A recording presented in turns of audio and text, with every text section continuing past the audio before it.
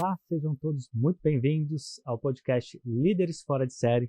Eu sou o Robson, CMO da Boomit. Hoje estou recebendo aqui Carolina Augusta. Carolina Augusta é fundadora e CEO da Boomit, TED Speaker, trabalhou em grandes companhias como Ambev e ONU, além de ser investidora anjo. Seja bem-vinda, Carolina. Obrigada, Robson. Prazer estar aqui, nesse podcast. E estou super feliz, pelo convite. É uma iniciativa nossa também com muito carinho, esse projeto, Líderes Fora de Série, onde aqui a gente quer, de verdade, trazer assim, desafios, elementos assim, de superação e principalmente falar de tudo que é um grande desafio para vários CEOs e líderes de modo geral. Então, conta comigo aí para máxima transparência, para que a gente possa fazer esse podcast algo realmente verdadeiro de dentro para fora. Legal, obrigado. Uma honra receber você aqui, Carol. A gente vai falar um pouquinho sobre liderança e cultura, e eu queria começar com um assunto que nas últimas semanas tem rodado as mídias, Recentemente eu vi uma notícia do Zoom, que é uma plataforma Sim. de reuniões online, em que o CEO, top-down total a decisão, falou que a partir da próxima semana todos os colaboradores teriam que deixar o home office. Todos os colaboradores teriam que trabalhar fisicamente no escritório, que é um pouco irônico para uma empresa que trabalha com reuniões online. E eu queria te ouvir um pouco sobre o que você acha do home office, qual é a tua visão dessa transição das grandes companhias. Um grande banco americano também, o JP Morgan, decretou recentemente que todos os colaboradores teriam que trabalhar fisicamente no escritório. Eu queria entender um pouquinho de como você pensa sobre isso, o que você acha do home office. É irônico, porque o Zoom cresceu muito durante a pandemia. Bom, meu posicionamento ele é bem simples. Eu vou citar Aristóteles, que fala que seres humanos são seres sociais. E o ser social, ele precisa de vários elementos. Muitas vezes o cheiro, os hormônios que a gente exala, e que o outro sente, manifestam comportamentos e reações dentro de um ambiente, seja ele um ambiente familiar ou até mesmo dentro de uma corporação. Então, eu acredito sim que o modelo presencial ele é um modelo que traz para a gente mais interação e profundidade. Tá? E aí, respondendo a sua pergunta, de modo assim, bem claro em termos de opinião e o que eu acho, eu posso dizer o que eu venho vendo e sentindo, principalmente nas empresas que são clientes da Boomit, em que a gente desenvolve trabalhos de liderança e performance, e o que a gente percebe? O ser humano, antes da pandemia, ele não entendia como possibilidade trabalhar home office. Não existia isso. A pandemia nos forçou a ter esse processo como mandatório. Desculpa te interromper, inclusive Claro. Em uma das nossas conversas, eu lembro que você mencionou, ou foi numa palestra que você estava dando em um evento, e que eu tive a oportunidade de presenciar, que você mencionou que de 2020 a 2023, início de 2023, muitos profissionais que estavam ingressando no mercado de trabalho não sabiam o que era trabalhar fisicamente na companhia. Começaram direto no home office. Sim. Então, eu acho que a pandemia trouxe esse processo compulsório. E aí, quando a gente pega as gerações, principalmente a Z, tem muitos jovens que não sabem, nunca souberam o que é trabalhar realmente presencial. A gente tinha uma pessoa muito próxima a mim na companhia, que super jovem, e ela nunca teve um trabalho numa empresa que não fosse remoto, tá? Eu acho que o home office ele possibilitou que a gente ganhasse mais produtividade em vários aspectos. Ele possibilita que a gente não gaste tempo com deslocamentos, e o desgaste desse processo. E também a gente sabe que o escritório muitas vezes também tem um pouco do desfocar, assim como a casa também tem.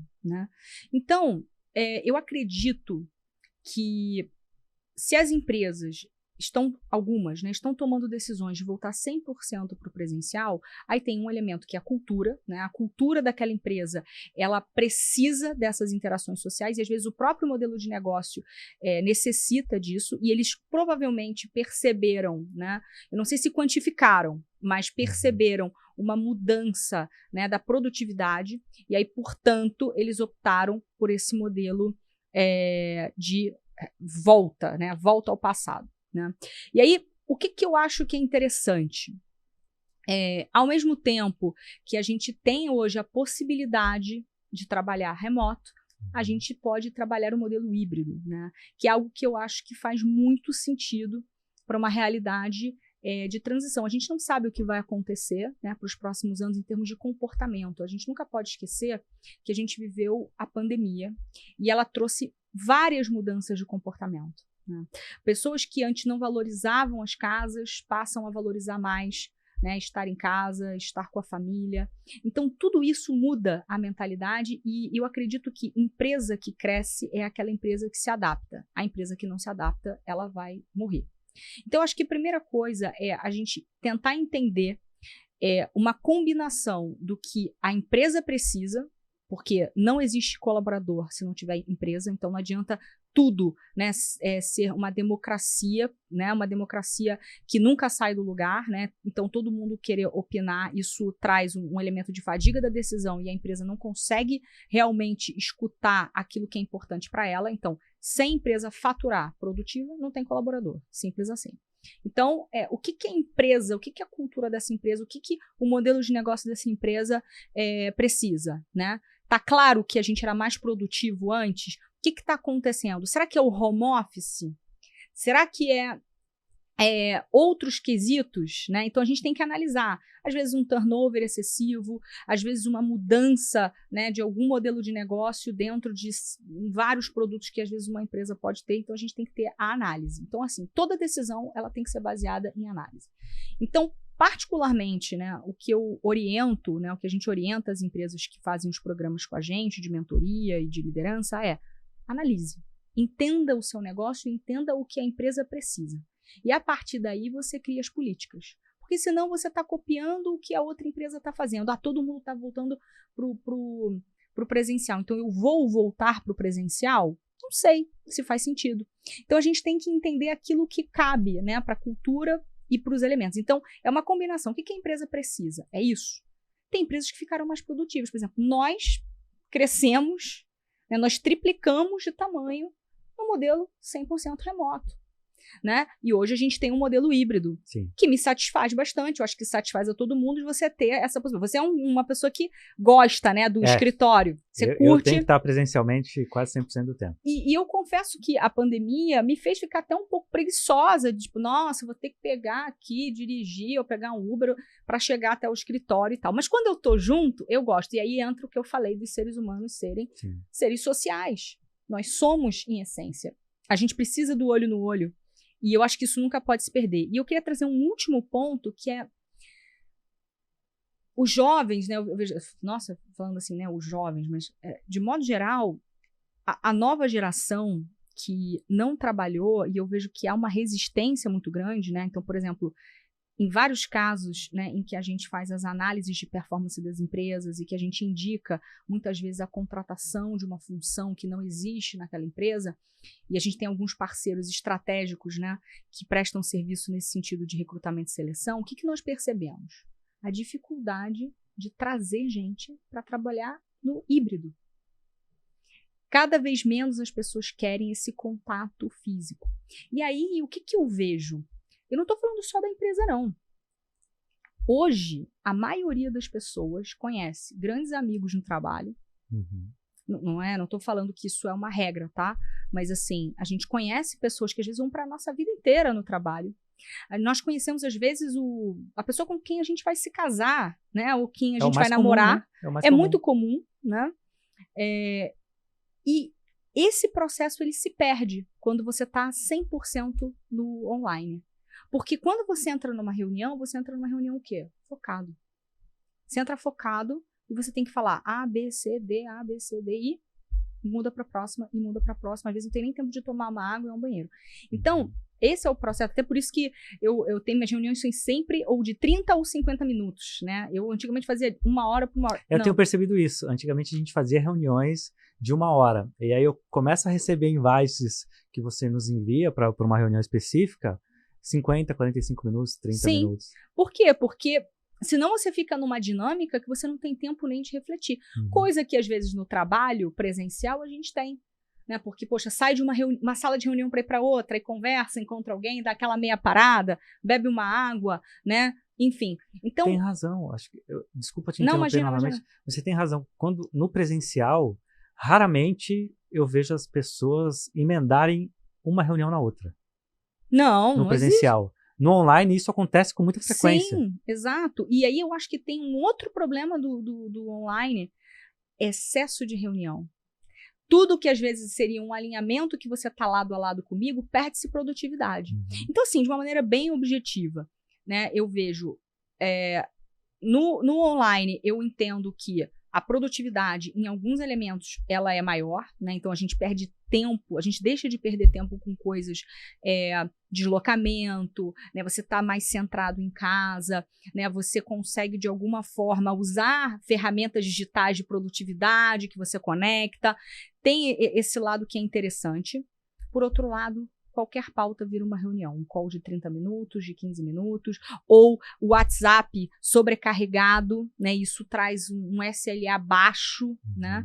As pautas, né, e as temáticas acabam se perdendo. Mas pode usar ferramentas de obviamente, né, enfim, ferramentas de gestão? Claro que pode, mas esse é o ponto. Muita coisa tratada pelo WhatsApp, reuniões que poderiam ser ou um e-mail, ou um alinhamento ombro a ombro, né, olho no olho. Uma ligação de 5 minutos? Uma ligação de 5 minutos, vira uma pauta, vira uma reunião. E eu acho que perde-se esse elemento social super importante, né, que a gente pode ter novos amigos, né? Você pode conhecer pessoas interessantes, porque nunca numa reunião online você vai ficar, provavelmente, entrar para bater papo. Você vai entrar com uma pauta, né, muito clara e um problema para resolver. Eu queria entender um pouco de como você fez essa transição. Você vem de uma Ambev que tem uma cultura de entrega, de high performance extremamente consolidada, e você empreende e logo em seguida vem para uma pandemia e assim, é uma mudança radical em 3, 4 anos. Assim, como é que você administrou toda essa mudança? E me fala um pouquinho também de como era a sua rotina na Ambev, como você gerenciava o time. Eu sei que você morou em vários estados no Brasil, gerenciou algumas equipes. Me fala um pouquinho de como foi essa transição. Primeiro, eu entrei na Ambev já com plano de sair, né? Então, acho que esse é um ponto importante. E eu escolhi a Ambev por algumas, né? Na época que eu, né, super jovem, ali na faculdade, eu pesquisei algumas empresas e eu queria uma empresa, eu queria algum lugar para me formar do ponto de vista de meta, do ponto de vista de responsabilidade, do ponto de vista de empreendedorismo, porque por que eu entrei na Ambev com a cabeça de sair? Eu queria empreender, né? Isso é uma novidade, assim. É a primeira vez que eu ouço alguém dizer, olha, eu entrei na empresa, mas eu sabia até onde eu ia e quando eu ia sair dessa empresa. Isso geralmente, quando a gente olha para gerações que é a minha, por exemplo, a gente entra na empresa para formar carreira, ficar lá 10, 15... Meu pai se aposentou com anos de empresa. Sim. E hoje isso não é comum. O comum é, qual é o tempo que uma pessoa permanece numa empresa? 3 a 5 anos. Antes era 10, 15, 20 anos. Né? Você já entrou lá sabendo que tinha um período para sair, né? Por que eu entrei na Ambev com o objetivo de sair? Primeiro, eu já tinha decidido na faculdade que eu queria empreender. Só que eu não tinha dinheiro, né? Assim, quando eu digo dinheiro, tá? Não estou aqui querendo dizer que, eu era uma pessoa. Não, sempre fui uma pessoa que tive educação, que tive, né, instrução, mas eu achava que eu precisava de muito mais dinheiro do que, na verdade, se é necessário. Exato. Muitos empresários pensam assim e não começam um negócio por conta disso. E não começa o negócio por conta disso, né? Então, eu era jovem, queria empreender, eu não tinha coragem e achava que eu não tinha as condições necessárias, sendo financeiras, psicológicas, etc. Eu vivia achando que eu precisava de sócio, então eu tinha crenças que me limitavam. Então, eu falei, bom, eu preciso de um plano. Se eu não tenho dinheiro, eu não tenho experiência, eu preciso me formar como profissional. Né? Então, eu tive passagens, né? Trabalhei na ONU, eu estagiei também em órgãos públicos, né? Já trabalhei na Gerência Regional de Comércio Exterior. Então, eu tive algumas experiências seja em organizações internacionais, empresas públicas e privadas, e aí eu falei, bom, eu preciso me capitalizar. Qual é a empresa que eu entendia que poderia me formar numa direção em termos de empreendedorismo? E Agora aí, eu entendi o seu raciocínio, tá ficando claro. ficou claro? Uhum. E aí eu pesquisei várias empresas, né? Então, várias empresas que, de alguma forma, né, eu identifiquei. E aí a Ambev foi a empresa que eu vi que tinha uma cultura muito clara, né? Quando a gente fala do espírito de dono, quando a gente fala de gestão. É uma empresa que, se você olhar, né, de ponta a ponta, você tem desde o processo fabril até a distribuição, né? Então, você tem toda a cadeia, né, de um processo produtivo até o cliente final. Então, naquele momento, ela estava na hype, né, no sentido de que tudo se falava em cultura Ambev, tudo se falava em uma série de elementos de gestão. O Falcone estava explodindo, né? E falava-se muito, né, de Ambev na universidade, falava-se muito sobre isso. E aí eu falei, bom, então eu vou tentar entrar. E foi ali, de fato, que eu me formei como profissional. E eu digo isso, assim, claro, não desmerecendo as outras oportunidades que eu tive antes, e foram muito importantes, mas foi lá que eu fui muito esticada. E eu me lembro como se fosse o primeiro dia, né, quando eu entrei como estagiária. E o Jean Gereissati, né, que hoje é CEO da Ambev, eu era estagiária, e eu me lembro que no primeiro dia ele me chamou para... Ele queria, né, uma análise que ele mencionou para mim. Olha, ninguém nunca fez essa análise até hoje. Eu já tentei, mas tive alguma dificuldade. Ele pegou um papel, né, e ele desenhou alguns gráficos, e ele disse assim, eu queria que você entregasse essa análise para mim em, sei lá, 2 semanas. Ele deu um prazo, não me lembro exatamente qual. E eu me lembro que eu fiz uma cara do tipo, claro, eu tô entendendo tudo que você tá falando, mas na verdade eu não tô entendendo nada. E aí eu não tô entendendo nada. Postura de empreendedor, né? Eu não tô entendendo nada, mas pode deixar que eu vou fazer. E aí eu me lembro que eu naquela época, né, fazia faculdade, eu fui pra faculdade e eu falei com um professor, eu falei, olha, me ajuda. Era um professor de finanças, né, um cara mais de negócios, e eu falei assim, olha, me ajuda porque me pediram isso e eu não sei o que fazer. Eu não sei o que fazer. Eu não sei nem por onde começar. Aí o professor olhou pra minha cara e ele disse assim, olha, Carol, isso aqui que ele tá te pedindo é um trabalho de uma consultoria. Né? Ele até criticou um absurdo. E aí, assim, muito louco, né? Porque você pensa assim, cara, né, assim, não interessa, eu vou entregar isso aqui. Eu tenho uma oportunidade única, né, de poder chegar num lugar que eu estou começando, entregar um negócio de valor, né, e sedimentar. E aí é muito interessante essa dicotomia entre a academia, né, e as empresas privadas, né? Eu diria que muitos profissionais teriam desistido e falado assim, eu não vou conseguir, olha, eu não consegui, eu não ia nem tentar se esforçar para entregar alguma coisa depois de um feedback desse. Não, e ele me desmotivou, porque eu saí arrasada. Então, quando eu falo que a Ambev me formou, né, assim como o empreendedorismo me formou, na verdade a minha maior escola foi ter saído da Ambev e ter tocado, né, saído para empreender sozinha, né? E sem sócio, enfim.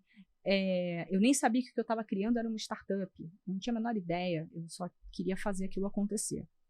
E eu me lembro que aquilo me desmotivou. Então, a Ambev, eu acho que trouxe para mim uma coisa de acreditar no impossível, né? E eu acho que essa cultura, ela se alinha muito, né? Ou se alinhava muito ao que eu precisava para me munir de coragem e ferramentas.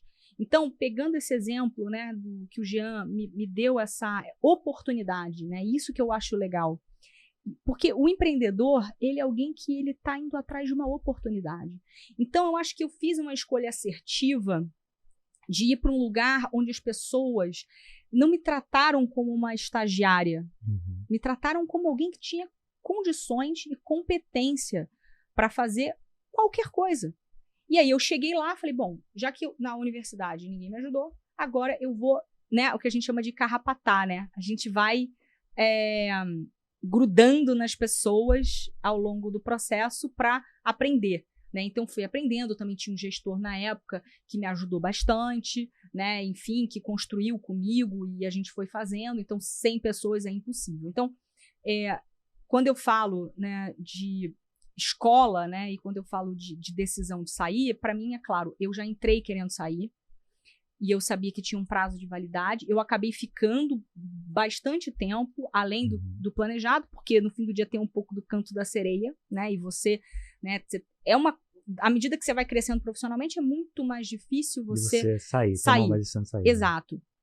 E eu estava bem, né, e eu gostava, né, claro, toda empresa tem coisas que você gosta ou não gosta, mas eu me identifiquei muito, né, e para mim foi uma decisão já entendida e sabida de que eu tinha que fazer isso. Tá, legal. Eu tenho uma história com a Ambev, não sei nem se eu devo contar, mas eu estava fazendo um MBA, eu não vou falar o nome do professor, mas era uma disciplina de vendas, e que ele saiu da Ambev e hoje não sei se ele ainda está numa indústria automotiva, e ele falou que no Norte e Nordeste, há muito tempo isso aconteceu, obviamente, os vendedores que não batiam meta, o gestor dava um bode para ele ficar andando durante uma semana. Eu não sei se essa história é real, na época eu não acreditei. Hoje isso é impossível de acontecer, é óbvio, a Ambev mudou muito a cultura, continua sendo uma empresa exemplo para muitos empreendedores. Ontem a gente estava num evento, e não vou fazer essa pergunta agora, vou fazer depois, mas eu queria entender, a Boomit hoje ela tem grandes, médias e pequenas empresas na carteira. Tá. A gente tem empresas que são 100% presencial, a gente tem empresas híbridas e a gente tem empresas que é 100% home office. Como é que essas empresas lidam e como é que elas formam a liderança delas em cada cenário? Qual é a dificuldade que elas encontram? Como é que a Boomit ajuda elas a desenvolver essa liderança 100% presencial, híbrido ou 100% remoto? Tá, legal. Primeiro ponto, né? Empresa que não tem líderes fortes não cresce. Né? E qual é o grande desafio que a gente percebe e vê, né, todos os dias nos programas de mentoria da Boomit e que nos fez desenvolver um diagnóstico, né, que mapeia, né, as oportunidades de crescimento que a empresa tem hoje, né, e a gente criou um coeficiente, né, chamado PPL, People Performance Loss, né, que a gente calcula quanto que essa empresa deixa de ganhar, né, ou efetivamente está perdendo por não ter as pessoas no seu máximo da performance, ou pelo menos numa performance boa, né, não o máximo, mas uma performance boa. Então a gente desenvolveu esse diagnóstico e a gente olha efetivamente para como essa empresa deveria estar do ponto de vista de gente. Por quê? O que a gente vê e acredita? Você pode ter o melhor CEO do mundo, você pode ter o melhor produto, mas se você não tem um time de alta performance, né, que consiga realmente resolver desafios, que ele tenha habilidades técnicas e comportamentais alinhados à necessidade de crescimento da empresa, uma hora esse crescimento trava. Ele fica bloqueado. Não importa o tamanho que a sua empresa tenha. Em algum momento, se você não tiver líderes e times, não é que todo mundo tenha que ser alta performance, mas você tem que ter um coeficiente mínimo, né, e máximo, né, ali trabalhar, né, num range de pessoas em alta performance. E aí, quando você tem isso bem desenhado e bem definido, você sabe o que esperar das pessoas. O que mata, às vezes, um CEO de insônia? Não saber se aquela pessoa ela vai se desenvolver ou não. Ele apostou, né, ou essa pessoa, ou um time, ele, né, investiu para trazer essa pessoa, e se ela não se desenvolve, muitas vezes isso gera um grande desafio, e aí ele fica naquela dúvida, poxa, será que eu espero mais 2 meses, mais 3 meses, mais 4 meses, mais 5 meses, mas nós ficamos num processo muito cansativo, né, de esperar. Então, a Boomit traz esse indicador, olha, essa pessoa tem esse potencial, hoje ela está aqui, né, ela está antes, mas ela tem potencial de se desenvolver nesses elementos importantes para o crescimento da sua empresa em tanto tempo. Então, o que eu posso te dizer, né? Todo esse diagnóstico e esse tratamento desse plano de desenvolvimento, tanto do negócio e que traz planos individuais para cada líder, ele veio da necessidade dos nossos clientes de mentoria. Porque o que nós percebemos? O CEO tem insônia, sobrecarregado, operacional. Então, no fim do dia, e por que isso acontece? Porque, no fim, a empresa ela cresce, ela vai promovendo pessoas com mentalidade operacional que não foram preparadas para serem líderes e vai colocando essas pessoas em posição de liderança. Essas pessoas em posição de liderança não conseguem performar e aí você tem 3 problemas. O primeiro acontece que você aumenta o salário dessas pessoas, elas não performam. Então você diminui a sua margem. E depois ele não consegue ser líder de quem está no operacional. E aí você tem problemas no operacional. E ao mesmo tempo, então você deixa de ganhar dinheiro no nível operacional também. E aí você tem um CEO que começa a ter que fazer o trabalho dele como CEO, né, o C-Level, né, os C-Levels, e aí ele vai descendo para fazer o trabalho do tático, para fazer o trabalho operacional. É muito comum você ver empreendedores, né, CEOs que fazem o planejamento estratégico sozinhos. Muito comum.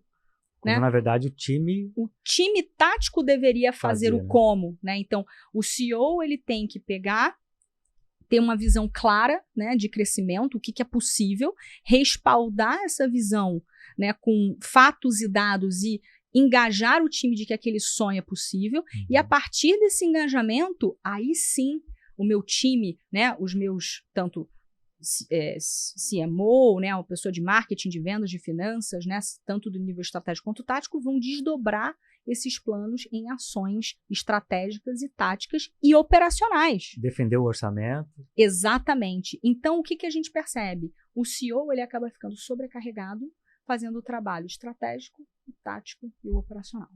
E isso trava o crescimento do negócio, porque o CEO ele deixa de olhar para o crescimento e ele passa a ser operacional. Qual é a grande habilidade de um empresário? É a capacidade dele olhar para o futuro, dele criar novos produtos, ter novas soluções e fazer o processo cada vez puxar essa rédea desse crescimento avante, né? Agora, quando ele fica totalmente operacional, ele não consegue entregar o resultado esperado. E aí você tem um problema de atingimento de metas. Então, uma coisa vai puxando a outra. E em startups, onde você tem um ambiente extremamente acelerado, onde o empreendedor ele opta por contratar por uma questão de caixa, né? Isso vale para todas as empresas, não só a startup. No início do negócio, ele contrata pessoas operacionais. Essas pessoas operacionais, elas não conseguem, por uma razão simples, entregar resultado, né? Entregar resultado em cargos de liderança, porque elas não foram preparadas para isso, e uma hora essa conta vai chegar. E a startup cresce muito rápido, e por ela crescer muito rápido, as pessoas não têm tempo de se desenvolver.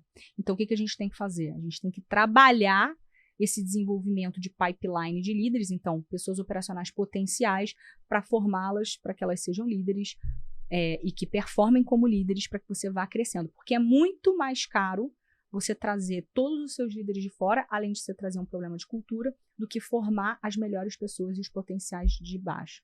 Então, acho que esse é o principal ponto quando a gente fala em formação de líder. A gente sabe que a maioria dos líderes hoje, eles não estão desempenhando a principal função, que é o estratégico. Se você tivesse que trazer aqui alguns insights para a nossa audiência, o que esse C-Level precisa fazer para direcionar o time, para deixar mais o operacional e pensar mais no estratégico? Porque a gente se depara com muito head, coordenador, diretores, 60% a 70% do tempo no operacional, quando isso deveria ser o inverso, ele deveria estar olhando para o estratégico. Como é que eles podem se organizar, ou o que a Boomit pode, como a Boomit pode ajudá-los a primeiro fazer uma avaliação e depois propor ali um plano para ele organizar essa gestão? Acho que o primeiro ponto é a gente entender que delegar é confiar. Simples. Então, seria muito leviano da minha parte dizer assim, CEO, CMO, diretor ou até gerente X, delegue. Seria leviano da minha parte falar isso, porque delegar é um processo de extrema confiança. E se o líder ele não confia no time que tem, ele não vai delegar, porque ele sabe que ele é responsável por aquele resultado. E ele vai ser cobrado por isso. Então, ele acaba absorvendo aquele peso até das atividades operacionais, porque ele não quer abrir mão, obviamente, de um resultado ruim para a empresa. Quando a gente olha por esse ponto de que delegar é confiar, e se ele não confia, ele não delega e centraliza. Logo, se ele centraliza, ele vira um gargalo para a própria empresa e ele vira um limitador do crescimento, porque você está pagando salários de funcionários que efetivamente não performam. E você está sobrecarregando um líder que deveria estar olhando para o futuro ou para questões táticas, como plano, desvios, resolução de problemas, ou do nível estratégico, quando a gente está olhando para planos mais amplos, para uma visão talvez até de novos produtos, novas referências, né, buscando tendências, que é um olhar mais de longo, né, de médio e longo prazo. Quando a gente olha por esse ponto, o que eu recomendo para todo líder? Primeiro, para você desenvolver essa confiança, você precisa ter um time capaz.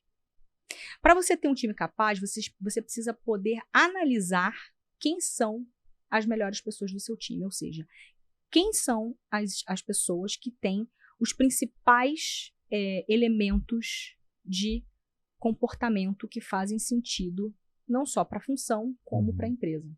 Então, eu gosto muito de trabalhar uma tríade, a gente trabalha isso muito na Boomit, que chama-se, né, principalmente em empresas que estão em crescimento, que querem crescer, a gente trabalha um pilar, né, de humildade, ambição e principalmente consistência. Então, a gente chama de tríade, né, tríade do empreendedorismo, mas que ela pode se adaptar a qualquer situação.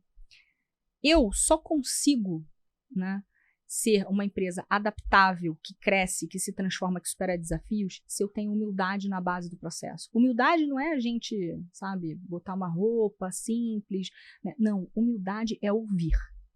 Se você não tem a capacidade de ouvir, você não é humilde e, portanto, você não tem a escuta para evoluir.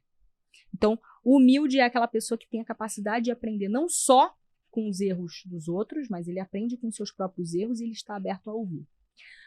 Tendo a humildade, eu preciso trabalhar a adaptabilidade, né? A capacidade que eu tenho de pegar o que eu escutei e transformar isso em processos dinâmicos de mudança, né, para evolução, né? E não adianta você mudar se você não é consistente, se você não tem disciplina para colocar aquele plano, aquela nova ideia em execução. E é aí onde as empresas falham. Né? Então, eu estou trazendo uma das análises que a gente faz, né, no perfil das pessoas. É óbvio que, às vezes, o líder ele não tem recursos para avaliar o time nesse nível de detalhe. Mas o que eu tenho para dizer é, existem ferramentas, né, e existe o líder que olha para pessoas. Porque o líder que não olha para pessoas, para mim, ele nem é líder. Ele ocupa uma função. Só tem um título, né? Ele só tem um título. E ser líder pressupõe que você está à frente de um processo. E à frente não com arrogância, mas se eu sou líder, eu estou fazendo algo, eu estou puxando a régua, eu estou indo na direção que ninguém nunca foi. Isso é liderança, né? Ninguém nunca foi do ponto de vista... Naquela organização, você tá embicando numa direção, né, sem um caminho que já foi desenhado. Então, você tá rumo a um caminho que é completamente desconhecido. E por ser desconhecido, ele traz um sentimento que é o quê? Medo. Eu não tenho certeza se aquilo vai dar certo ou se aquilo vai dar errado. Então, isso posto, é por isso que a confiança é a base do processo. E se a confiança é a base do processo, você só tem um jeito de confiar, conhecendo as pessoas que você está trazendo para o teu time. E conhecer começa lá em um bom processo seletivo, bem feito, e olhando as características comportamentais dessas pessoas. Olhando para o DNA dessas pessoas, para a cultura dessas pessoas. Porque o que é técnico, gente, nós estamos na era do conhecimento. Você pega e você aprende. Agora, o que é comportamento é muito mais difícil. Mas mesmo sendo difícil, nós, né, na Boomit, criamos esse diagnóstico onde a gente trabalha o que a gente chama de digital de crescimento do negócio, onde a gente olha para onde essa empresa vai, o que ela deseja e o que falta em termos de time, né, em termos de competências técnicas e comportamentais para esse time alavancar, né, em até 3 vezes ou muito mais, né, tem empresas que estão com a gente há muito tempo que crescem muito, olhando para o time e para a performance deles nas organizações. A gente não combinou nada sobre isso, mas você que é empreendedor e quer fazer uma avaliação do seu time, quer entender a performance da sua liderança, não combinamos isso aqui, mas vou colocar aqui na mesa, a Boomit vai oferecer um diagnóstico gratuito para você fazer uma avaliação da sua empresa. Então, pode clicar aqui no QR Code do lado, escanear o QR Code, ou no link da descrição. Pode ser, Carol? Pode, não pode, super, obrigada por ter lembrado, né? Acho que isso é um ponto super legal. Então, você que está nos ouvindo, que é um CEO, né, ou até mesmo um diretor que está entendendo que tem dificuldade com o time, e você sente assim, nossa, poxa, eu estou preso no operacional, eu não sei o porquê, eu até dou treinamentos, eu acompanho, mas meu time não performa. A melhor coisa que você pode fazer é tirar a dúvida. Quem são as pessoas do meu time? E nós temos, né, esse método em que a gente olha para as suas metas, né, entende o negócio. A primeira coisa é entender o negócio. Para onde essa empresa vai, o ambiente competitivo, o que precisa. E a gente faz um espelho e olha para o seu time. Essas competências que a empresa precisa hoje, né, o seu time tem? Ele está performando?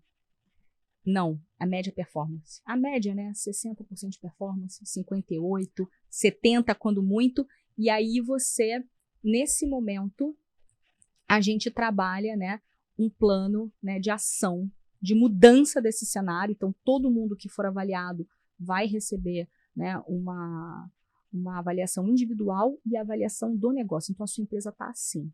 O nível de performance está assim. Hoje, no PPL, né, no coeficiente que a gente trabalha, que é o People Performance Loss, a gente consegue identificar exatamente quanto a empresa está deixando de ganhar ou perdendo. Então, se você sente que está operacional, que o seu time poderia estar performando mais, que o seu time não está legal, seja você um CEO e está insatisfeito com os teus líderes, podem ser C-levels ou podem ser até, né, gerenciais, não importa, né? Ou se você é um diretor que está insatisfeito com gerentes, ou gerentes estão insatisfeitos com outros níveis na empresa, a gente tem um diagnóstico, né, como o Robson falou, gratuito, está aqui no link abaixo. Então, inscreva-se, né? Vai ser um prazer poder retribuir. A gente tem vagas limitadas, obviamente esse é um processo que a gente não pode expor para todo mundo, mas para você que está aqui nos ouvindo, se você se identifica, vai lá e aplica. A gente vai escolher, né? Em média, a gente, né, por mês pode atender aí no máximo 20 empreendedores de maneira gratuita, mas eu conto com vocês aí para inscrição. Legal. Eu tenho uma última pergunta, Carol. Você comentou há pouco sobre as competências que um C-Level precisa entender para contratar. Você diria que o C-Level sabe as competências que aquele colaborador precisa ter? É quando você fala eu fico na dúvida, por exemplo, se um CEO sabe 100% das competências que um CEO precisa ter, do que um head de vendas precisa ter. Agora eu entendi a pergunta. Tá, perfeito. Eu acredito que o CEO depende muito, assim, do quão sênior ele é, do tamanho da jornada dele e o quão conectado ele está em entender realmente os papéis dessas funções. Porque eu vejo muito, por exemplo, ele olhar para o número final. Sim. Eu preciso que a minha área de vendas gere isso de receita, eu preciso que a operação faça isso, isso e isso. E aí ele está olhando sempre para o fim. Sim. Né? E me parece que ele não tem tanta clareza do perfil das habilidades que aquele profissional precisa ter para entregar aquele resultado. O que eu vejo? Como eu mencionei, né, os níveis dentro das organizações ficam bagunçados por essa não eficiência no nível estratégico, tático e operacional. Então, se eu pergunto, muitas vezes já troquei várias ideias com o CEO, o que está te chateando nesse profissional? Não, porque esse supervisor, ele não tem ideias, ele não cria planos. Tá errado essa percepção dele. Ele não tem que fazer isso. O supervisor é uma liderança de nível operacional. O que ele tem que fazer? Ele tem que pegar um processo que está bem desenhado pelo nível tático, a partir de um problema vivido, resolvido e padronizado. E aí ele pega isso e aí ele o supervisor supervisiona o time operacional se está fazendo ou não o processo. Então, onde eu vejo que é o grande equívoco dos CEOs? Entender o que cada nível tem que entregar. Do escopo da função mesmo, sabe? Então, poxa, um gerente... Qual é o job description dele? O que um gerente tem que me entregar? Né? O que um diretor precisa me entregar? O que um C-level precisa me entregar? Qual é o modelo mental que eu tenho que ter num C-level, num CMO? Uma outra coisa muito interessante que eu vejo, né? Vários CEOs, vários empreendedores não sabem o que uma área de gente de gestão precisa ter. E a área de gente de gestão é, hoje, gente, assim, se você não olha para pessoas, como é que você quer resultado? E, inclusive, estávamos num evento ontem e uma empresa que tem 70 colaboradores não tem uma área de gente de gestão. Não tem. Isso é muito comum, né? Isso é muito comum. A gente já pegamos empresas aqui na Bumit com 300 colaboradores, ou empresas com 2.000 funcionários que tem DP, Departamento Pessoal, que só faz folhinha de pagamento. Não tem ninguém estratégico para fazer a ligação entre para onde a empresa vai, do ponto de vista de crescimento, e ligar isso, né, ao processo de performance de pessoas. E aí, quando você não tem esse link entre estratégia e pessoas, fica solto. E aí você não sabe que tipo de pessoa você tem que ter. E você não sabe que tipo de perfil você precisa ter. Por isso que na Bumit, muitos CEOs hoje usam a Bumit, inclusive, para a gente fazer esse assessment, avaliar quem entra e quem não entra. Quem é promovido e quem não é promovido. Ah, mas não tem avaliação de desempenho em algumas empresas? Raríssimas empresas hoje. Se a gente for pegar no Brasil, é mato alto. São poucas empresas que têm avaliação de desempenho. A maioria não tem, e mesmo as que têm, tem várias empresas que são nossos clientes que têm, o nosso diagnóstico ele é tão profundo que é como se a gente estivesse abrindo a cabeça daquela pessoa e a gente entendendo, inclusive, até onde a gente entende quanto tempo ela vai levar para se desenvolver na expectativa da empresa, porque esse é o ponto. Todo mundo pode ser desenvolvido. A questão é, essa pessoa, ela consegue se desenvolver no prazo que a gente espera? Exato. Esse é o grande ponto. E aí eu vejo que CEOs, muitas vezes, eles confundem, cobram, às vezes, de um C-level, atitudes e comportamentos não compatíveis, até coisas operacionais, né? Então, eu acho que tem que entender essa diferença de níveis, ela é muito importante, né? Fundamental. Então, até deixo aqui, né, se você é um CEO e quer trocar uma ideia, né, até sobre, né, entender processos de gente de gestão, estou querendo implementar, quando é o momento certo, não existe uma regra para isso, né? Existe a necessidade do negócio e o quanto ele precisa crescer e se desenvolver. Tá. Isso que existe. Se esse empreendedor quiser te conectar, onde ele te encontra? Meu Instagram, @CarolinaAugusta_. No LinkedIn também, Carolina Augusta. Também tem o Instagram da Bumit, né? BumitBR. E, bom, vou deixar meu WhatsApp aqui, né? Sim. Mas, assim, quem quiser se conectar comigo e fazer qualquer pergunta, poxa, Carol, vi o podcast, fiquei com dúvida, você falou disso, como é que funciona, o que você pensa sobre isso? Eu estou super à disposição. Todos os dias, né, tem empreendedores que me procuram lá no Instagram para trocar uma ideia, então eu adoro e agradeço muito, né, e esse trabalho, né, da Bumit, tanto de mentoria quanto de diagnóstico, traz para a gente, assim, uma visão muito ampla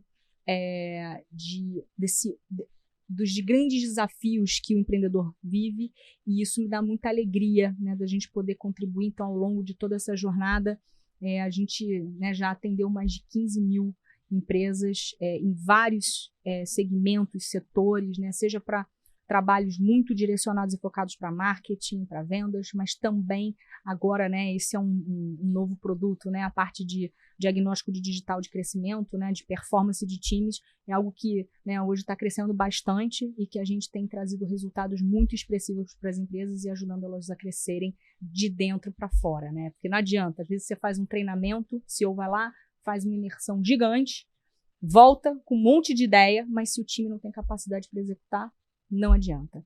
Então, a gente acredita muito nessa tríade. Se eu tenho um time muito bom, ele vai puxar o crescimento. Legal. A gente costuma dizer que a potência e a performance do seu time, da sua empresa, na verdade, passa pela potência e a performance do seu time. Bom, os links estão aqui embaixo, o Instagram e o LinkedIn da Carol. Se quiser conectar com ela, é só clicar aqui. Nos vemos em breve. Até o próximo episódio. Valeu. Valeu, obrigada.